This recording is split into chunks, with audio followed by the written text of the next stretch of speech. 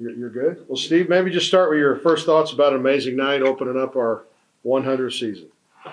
Yeah, a lot of emotions coming into tonight. It's been a whirlwind of a last kind of week and a half, and I really wanted to start the press conference. Win, lose or draw. I was just reiterating just how much number one, Larry Suter and his family, a generational family here, means to me, to my wife, my family, this program, this university, and this community. And he's going to be sorely, sorely missed. And then, just the loss of one of my best friends, who had the world in his hands. You knew he was going to be elite. I just working with him, coaching him. You knew he was just going to be special, and he was even more than that. And man, he impacted so many people, and he helped me so much. But what I talked to the team about is, and our team's had a tough fall. We've had injuries, we've had deaths, we've had diagnoses, we've had some trouble. The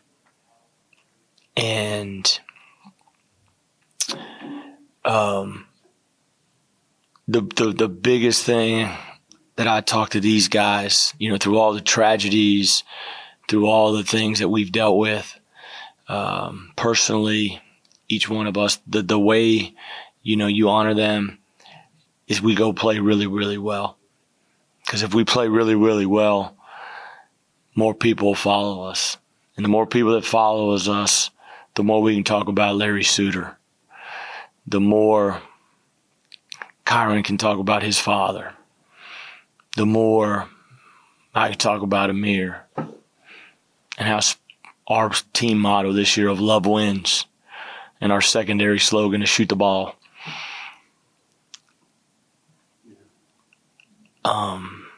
And that's what I'm passionate about, is making sure we honor those guys the right way. And so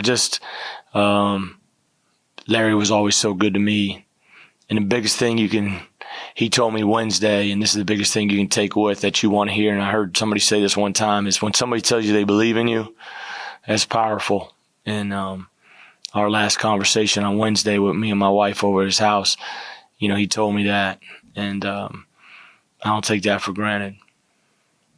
Sounds to me like this team was really ready then to come out and just pop someone in the nose, and that's what y'all did tonight. Yeah, we've had 2 scrimmages, and I really like the scrimmages. I like the way we did that, and then instead of playing an exhibition. If you've come watch us practice, I think the one consistent thing is we've had really, really good energy and really good effort, and it's always been perfect. We haven't done anything, things have done up to coaches' standards, but we've been confrontational. Guys they've been held accountable. They've taken hard coaching, and they really competed hard. And I thought the biggest thing I took away from the game, forget the score, forget we made threes, we shared the ball really well, all those positive things. I thought we sustained really, really good effort for basically 35 to 38 minutes tonight. And that was really good. And now obviously things ramp up on Friday, but it was good just to get out and get going, and then we'll build from here. Just one of your biggest points all summer, all fall, was how these guys really come together, gelled, and built chemistry really quickly.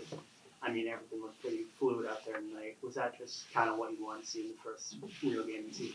Yeah, I just wanted to see them play the right way. And we had some bonehead turnovers and some wild passes at times. But I thought they tried to do what we wanted. I thought they tried to do a lot of things we talked about. We want to play fast. We want to be aggressive. And if you do that, you're going to turn it over some. We just got to be a little smarter. But I thought they shared the ball. I thought we went to the glass hard. I thought we didn't give up on plays, and late in the game, 5 minutes to go, we block a shot from behind where, some teams may just let that go in because it's a 30 or 40 point lead. I was proud of them for that. And, our challenge is can we become the most connected team and the most connected program? And that's really just living out what Amir was able to do with his programs. And that's the challenge for us. You mentioned the slogan, Love Wins. How did you settle on that for the slogan this year? And then just how has that helped you guys just over the past couple of weeks? Well, I settled on that because that's what Amir talked about. If you watch their game against Kennesaw when they had Xavier beat, and I jokingly said it at his celebration of life that I think Kennesaw got fouled on that last play. If you remember watching the game, they didn't call it. Don't find me on that. But after the game, Amir talked about what he built or what they built at Kennesaw State in those 4 years. And he talked about the connection and the connectivity and the love that they had for each other. And then that's why they were all the winners, and that's why they were all elite. But his slogan for that game was Love Wins. And so when I listened to that speech that day, because I've just listened to video and videos of what he's done there basically every day, we had a different slogan. I changed it. And I changed it to Love Wins because it has more of an impact, not just for our team, but for me, because I want to do right by Amir. Coach, last year y'all played over at Racer Arena in that game there. It took y'all a long time to really get a hold of Brescia in that ball game. Tonight, no waiting. Y'all just came right out and took it to them. You had to like that, I think. Yeah, I think that's just these guys' mentality, man. I think that's the thing we've been preaching to them. And, I think if you just come in practice, man, I think you'll say, hey, Steve's different. The team's different. That don't mean you're going to win every game, but, it's like my wife told me today. We were walking, and she's like, the great thing, the one constant thing you heard when you listen to all those speeches, Amir, or listen to people talk about him, man, he was confrontational. He was going to make sure his players maxed out. And that's really been what I've been trying to do with my mentality this year, is that there can't be no slippage, and these guys got to be elite. And I thought they were, regardless of the opponent. I thought one other thing I've noticed tonight, Jacoby Wood loves to run the ball, it looks like to me, on the break. Yeah, and we want to play with pace, and he's our general, and we go as he goes. When he plays well, we have a really good chance to be successful. I want to piggyback on that. Being with you guys for 2 years, I've got to know Jacoby well, and just seeing his evolution as not like he's already gotten better as a player, but just as a leader. I heard him chirping at Mullins today. You talk about being confrontational. 2 years ago, you wouldn't have heard Jacoby Wood snap like that. And it wasn't in a bad way, but just talk about how that has really helped this team along so far. Yeah, we miss you, man. I appreciate you, Coach.